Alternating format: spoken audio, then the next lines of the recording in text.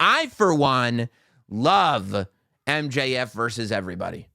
I love that half the roster has decided to come after this kid's title when he doesn't even have the championship. Like, MJF has made himself so vulnerable and isolated himself so much that now that he's decided to let just a few people in, everybody smells blood. He can't get his championship. He made a championship to be obnoxious. And that title has been taken from him. The belt itself has been taken from him by Jay White. And he can't get it back. Why can't he get it back? Because there are 4 people in the Bullet Club Gold. And he don't have 3 friends to be by his side. And not only does he not have 3 friends, but everywhere he looks is Kenny Omega, is Juice Robinson, is the Gun Club, is Samoa Joe, is Roderick Strong and the Kingdom. Everywhere he goes, Wardlow's writing his name on his wrist tape. You know how I know that? Because Tony Schiavone was like, that says MJF. Everywhere he goes, somebody's gunning for him. MJF and Kenny Omega had an incredible match on Collision. If you haven't seen it yet, go out of your way. Hopefully you DVR'd the show or something. Watch that match. It's about 40 minutes long, and it is unbelievable.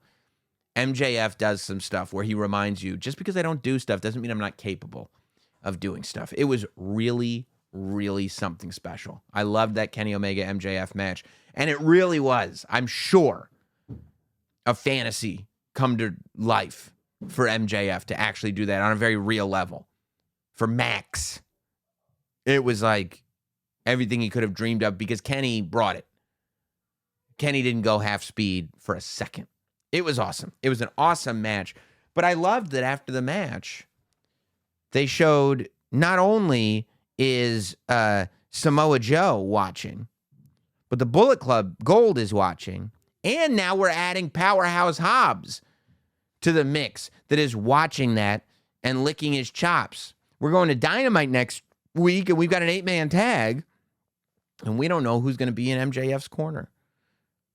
The Masked Man scenario, the Masked Men, I think they probably should spend a little more energy on. Like, I feel like there was a gang of people in the MJF devil masks. And then here and there, it's popped up almost like a Bray Wyatt thing with the and you see the guy in the mask. But maybe that's because they're not going to reveal it until, several weeks down the road. And so they don't want to, they'll ramp it up again before it's time to reveal. And if that's the case, I'm perfectly fine with that. But realistically, and then you've got the Acclaimed, who Max Caster wants to be MJF's friend, but MJF doesn't trust anybody because he's got nobody by his side. I'm thinking, right, when you look at it, who I think the Kingdom will probably be MJF's partners. I don't think it'll be the Acclaimed.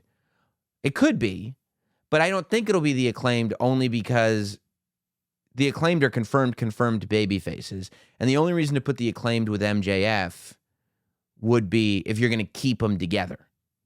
Now, maybe you're going to keep them together, and so you are doing that, and it's like, oh, okay, well, if that's what you're doing.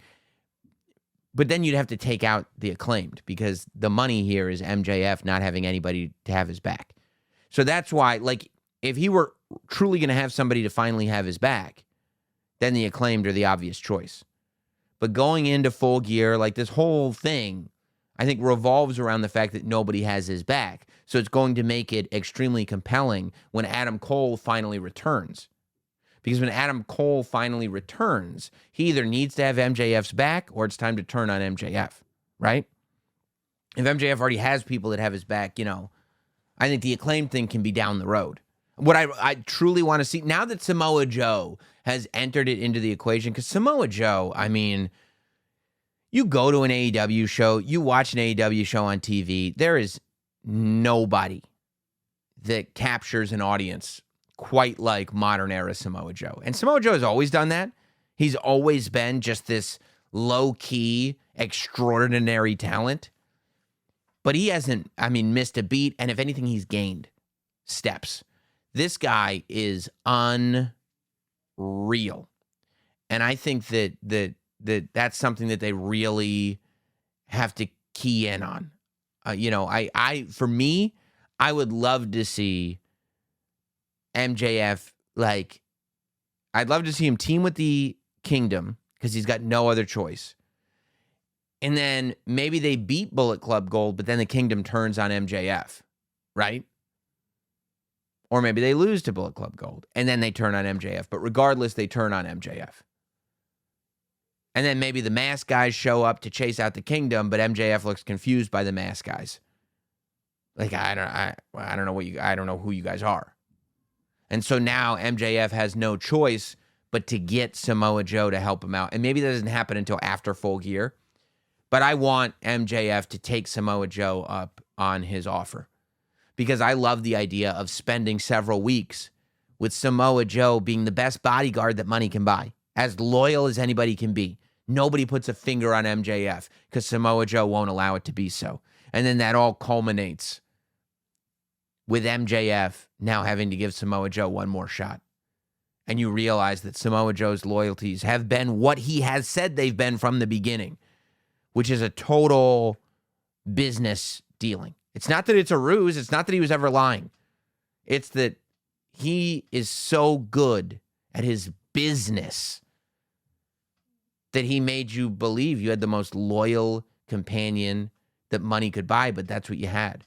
The most loyal companion that money could buy. The money's out now, and Samoa Joe has come for payment, and the payment is the AEW World Championship.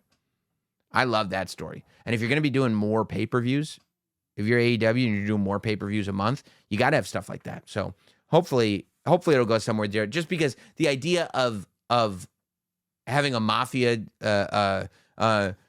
debt with Samoa Joe is terrifying. As a human being, you can relate to it. I just think it's awesome.